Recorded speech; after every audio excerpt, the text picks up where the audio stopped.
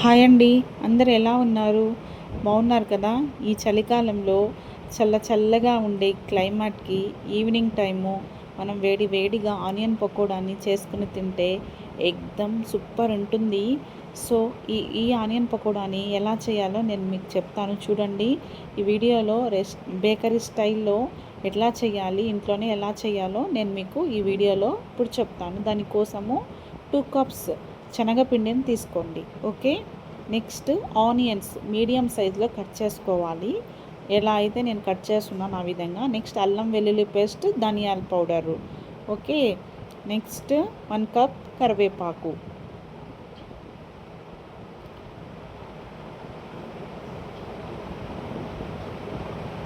ఒక tea spoon కారం పొడి, హాఫ్ టీ స్పూన్ లవంగ్ చెక్క పొడి, సరిపడినంత ఉప్పు తీసుకోండి.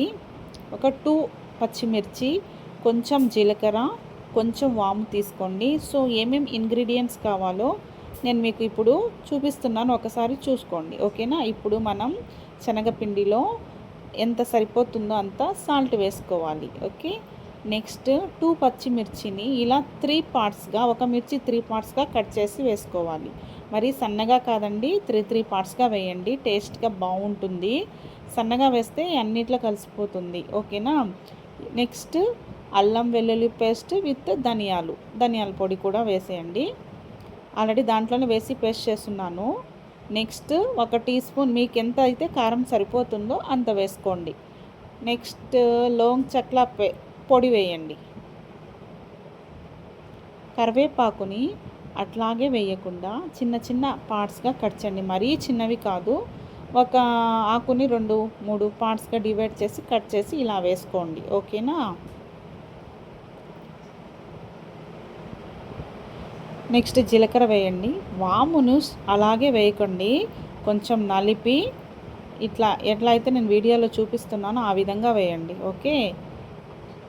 ఇప్పుడు మనము ఆనియన్స్ని వేద్దాం. ఓకే. ఆనియన్స్ వేసేసాం కదా, ఇంకా మన ఇంగ్రీడియంట్స్ అన్నీ వేసేసాము. ఇప్పుడు ఎలాంటి వాటర్ యాడ్ చేయకుండా మనము ఆనియన్లో ఉండే వాటర్తో మాత్రమే కలపాలండి. ఓకే. చూడండి వీడియోలో నేను ఎలా అయితే కలుపుతున్నానో ఆ విధంగా కలపండి. ఓకే.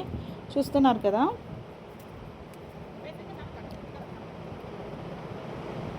నెక్స్ట్ ఒక 2 స్పూన్స్ బియ్యపిండిని తీసుకోండి. బియ్యపిండి ఎందుకంటే కొంచెం క్రంచీగా వస్తుంది, సో అందుకు.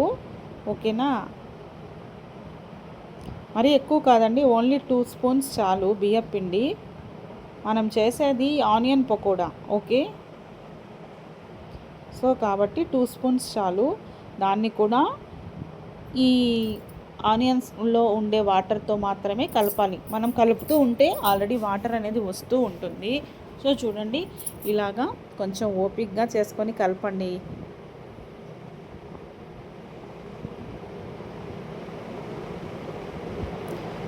మనం కలిపేటప్పుడు తెలిసిపోతుందండి మనకు సరిపోతుందా లేదా ఇది అనేది. మోస్ట్లీ 90% సరిపోతుంది.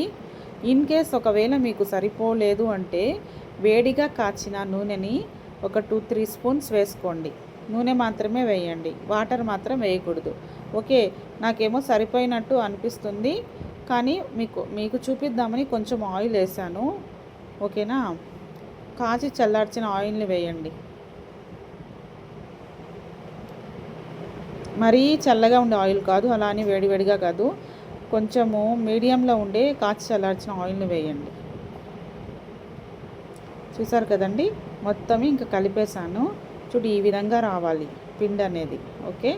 ఇంకా మెత్తగా రావాలి, మీరు ఆ వాటర్ అనేది రిలీజ్ అవుతుంది. సో ఇంకా మెత్తగా మనము కలిపితే, ఇంకా ఫాస్ట్గా కలిపితే మనకు పకోడా వేయడానికి సరిపోతుంది. చూస్తున్నారు కదా. చూడండి ఈ విధంగా వస్తే మనకు ఆనియన్ పకోడా వేసుకోవడానికి పిండి అనేది రెడీ అయిపోయినట్టు. ఓకే. ఇప్పుడు పొయ్యి మీద ప్యాన్ పెట్టి నెక్స్ట్ ప్రాసెస్ అనేది స్టార్ట్ చేద్దాం. చూడండి ఈ విధంగా కలుపుకోండి పిండిని.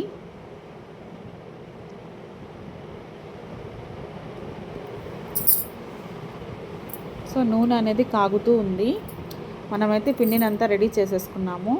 సో ఈ విధంగా వేయండి. గట్టిగా ఉండలుగా చేయకుండా మనము ఆ వాటర్లో అలా వదిలేయాలి. ఉండలు ఉండలుగా వేస్తే లోపల అనేది సరిగ్గా ఉడకదు. మనం తినేటప్పుడు మనకు కొంచెం పచ్చిగా అట్లా తగులుతూ ఉంటుంది. కాబట్టి మనము ఈ విధంగా మాత్రమే ఆయిల్లో వేయాలి. చూస్తున్నారు కదా, ఆ విధంగా వేయండి.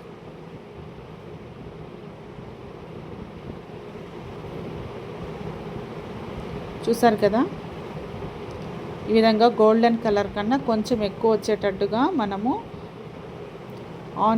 పకోడాని అనేది ఇలా మనము బాగా కాల్చుకోవాలి. సో చూడండి, లాస్ట్ అండ్ ఫైనల్గా మనకు బేకరీ స్టైల్లో ఉండే పకోడా అనేది రెడీ అయిపోయింది. ఆనియన్ పకోడా చూడండి ఎంత చక్కగా ఎంత బాగా వచ్చిందో. నోట్లో వేసుకుంటే ఏకదమ్ ఉంటుంది. వేడి వేడిగా తింటే ఈ చలికాలంలో వేడి వేడి ఆనియన్ పకోడా తింటుంది. వాహ్, ఎక్సలెంట్. అసలు ఆ టేస్ట్ని మనం మాటల్లో చెప్పలేము. చిన్నపిల్లలైతే అసలు చక్కగా తినేస్తారు వేడి వేడిగా ఆనియన్ పకోడాని.